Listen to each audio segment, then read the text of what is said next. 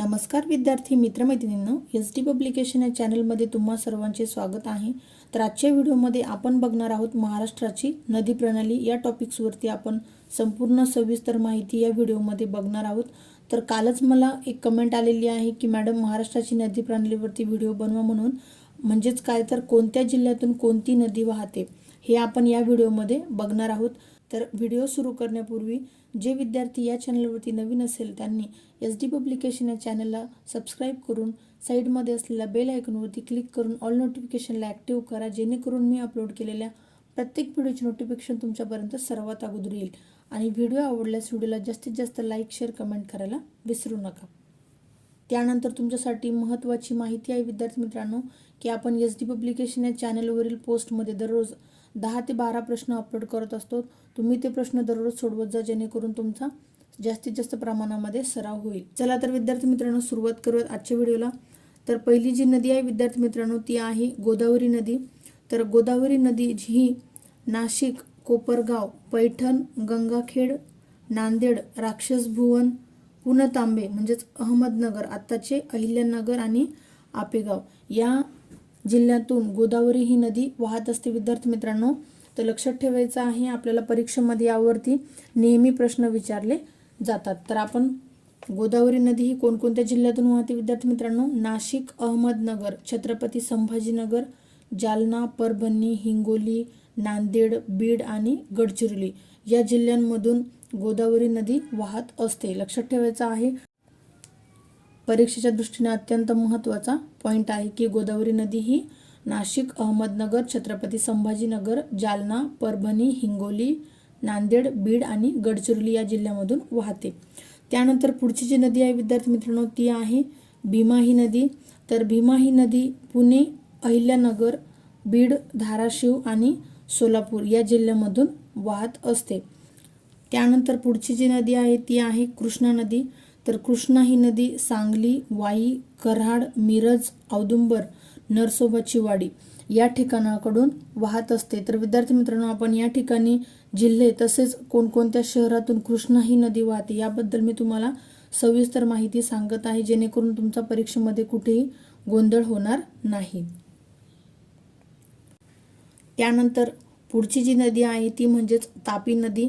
तर तापी नदी विद्यार्थी मित्रांनो अमरावती, भुसावळ म्हणजेच जळगाव, धुळे आणि नंदुरबार या जिल्ह्यामधून वाहत असते। लक्षात ठेवायचं आहे, तापी नदी अमरावती, जळगाव, धुळे आणि नंदुरबार या जिल्ह्यातून वाहते। त्यानंतर पुढची जी नदी आहे ती म्हणजेच पंचगंगा नदी। तर विद्यार्थी मित्रांनो पंचगंगा ही नदी कोल्हापूर या जिल्ह्यातून वाहते। पोलीस भरतीच्या अनुषंगाने विद्यार्थी मित्रांनो हे पॉइंट्स खूप महत्त्वाचे आहे, परीक्षेमध्ये यावरती 100% प्रश्न विचारले जातात किंवा या अगोदर सुद्धा विचारलेले आहे। आपण त्यावरती सुद्धा एक स्पेशल व्हिडिओ बनवणार आहोत की परीक्षेला जुन्या प्रश्नपत्रिकांचा सराव आपण या ठिकाणी करणार आहोत। त्यानंतर पुढची जी नदी आहे विद्यार्थी मित्रांनो ती आहे खाम ही नदी। तर खाम ही नदी छत्रपती संभाजीनगर या जिल्ह्यातून वाहते। त्यानंतर पुढची जी नदी आहे ती आहे कुंडलिका नदी। तर कुंडलिका नदी विद्यार्थी मित्रांनो जालना या जिल्ह्यातून वाहते। लक्षात ठेवायचं आहे, परीक्षेमध्ये प्रश्न विचारला जातो। खाम ही नदी छत्रपती संभाजीनगर या जिल्ह्यातून वाहते आणि कुंडलिका नदी ही जालना या जिल्ह्यातून वाहते। त्यानंतर पुढची नदी आहे नाग ही नदी, आणि हे लक्षात ठेवायला सोपं आहे की नाग ही नदी नागपूर या जिल्ह्यातून वाहते। त्यानंतर पुढची जी नदी आहे विद्यार्थी मित्रांनो ती आहे इरई ही नदी, आणि इरई ही नदी चंद्रपूर या जिल्ह्यातून वाहते। त्यानंतर पुढची जी नदी आहे विद्यार्थी मित्रांनो ती आहे पांझरा ही नदी। तर पांझरा ही नदी धुळे या जिल्ह्यातून वाहते। विद्यार्थी मित्रांनो 1 लाईन क्वेश्चन आहे, परंतु परीक्षेमध्ये आपल्याला एका मार्क्सचे खूप महत्त्व आहे, त्यामुळे आपला कुठेही प्रश्न चुकता कामा नये याची आपण काळजी घ्यायची आहे।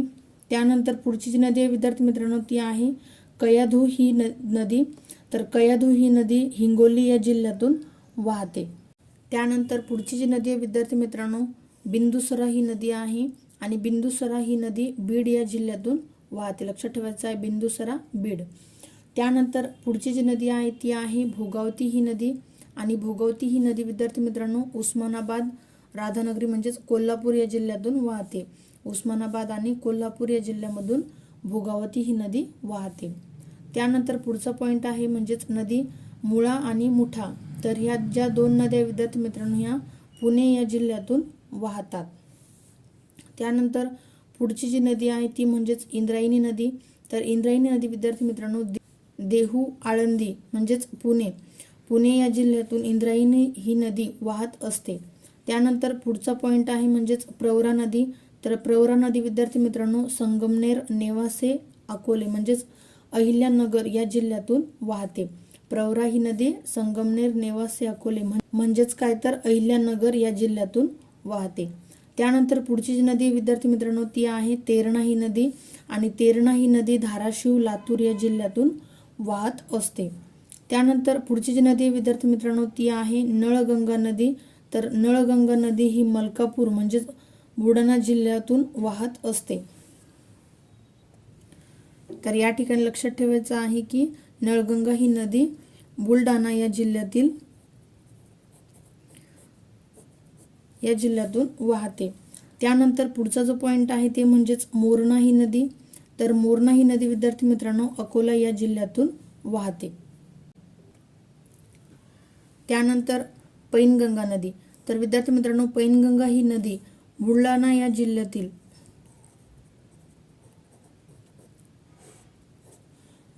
जिल्ह्यातील मेकर या तालुक्यातून वाहत असते. विद्यार्थी मित्रांनो म्हणजेच आपल्या लक्षात ठेवायचं आहे की पैनगंगा ही नदी बुलढाणा या जिल्ह्यातून वाहते.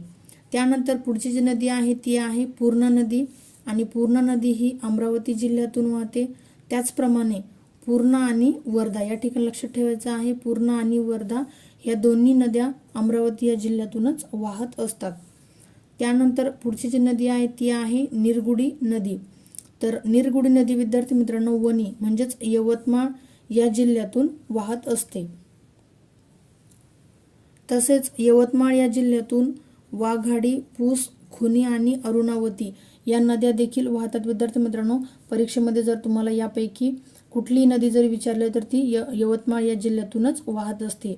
वाघाडी नदी, पूस नदी, खुनी नदी, अरुणावती नदी आणि निरगुडी नदी या सर्व ज्या नद्या विद्यार्थी मित्रांनो या यवतमाळ या जिल्ह्यातून वाहत असतात. त्यानंतर पुढची जी नदी आहे ती आहे सीना नदी. तर सीना नदी ही अहिल्यानगर या जिल्ह्यातून वाहते. त्यानंतर पुढची जी नदी आहे ती आहे वशिष्ठी ही नदी. तर वशिष्ठी नदी ही रत्नागिरी या जिल्ह्यातून वाहते. त्यानंतर विद्यार्थी मित्रांनो या व्हिडिओतील शेवटचा पॉईंट म्हणजेच वैतरणा नदी. तर वैतरणा नदी ही ठाणे या जिल्ह्यातून वाहते. तर विद्यार्थी मित्रांनो अशा प्रकारे आपण एकूण 26 ज्या नद्या आहे त्या कोणकोणत्या जिल्ह्यातून वाहतात हे आपण या व्हिडिओमध्ये बघितलेले आहे. यापैकी तुम्हाला कुठल्याही पॉईंट्सबद्दल काही कन्फ्युजन असेल तर तुम्ही मला कमेंट करू शकता किंवा तुम्हाला अजून कुठल्या टॉपिक्सवरती व्हिडिओ पाहिजे आहेत ते सुद्धा तुम्ही मला कमेंटमध्ये सांगू शकता. आणि या व्हिडिओमध्ये दिलेली माहिती तुम्हाला कशी वाटली त्याबद्दल एक कमेंट नक्की करा. आणि SD पब्लिकेशन या चॅनलला सबस्क्राईब करून व्हिडिओ आवडल्यास व्हिडिओला जास्तीत जास्त लाईक, शेअर, कमेंट करायला विसरू नका. थँक्यू. भेटूयात पुढील व्हिडिओमध्ये अशाच प्रकारच्या नवनवीन माहितीसह.